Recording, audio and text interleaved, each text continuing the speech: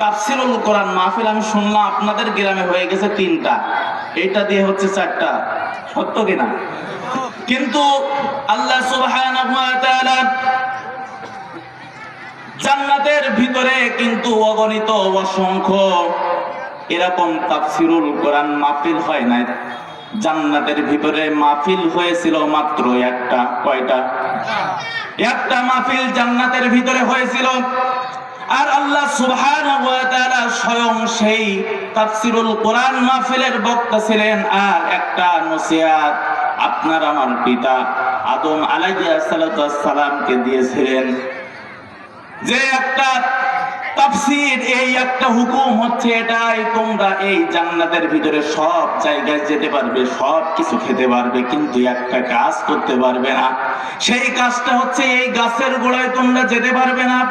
যদি যাও তাহলে কি হবে এর পরিণাম কিন্তু তোমরা জানো না। কিন্তু আপনার আমার পিতা আদম আলাইহিস সালাতু ওয়াস সালাম কি শুনছিল? তিনি এই কথা অমান্য করার কারণে তার শাস্তি দিয়েছে আল্লাহ রাব্বুল আলামিন 3টা। কয়টা? একটু জোরে বলেন। কয়টা? 1 নাম্বার শাস্তি আল্লাহ রাব্বুল আলামিন এই ওয়াজ না শোনার কারণে আল্লাহ তাআলা তাদেরকে জান্নাতের পোশাক তাদের কাছ থেকে খুলে ফেলানো হলো।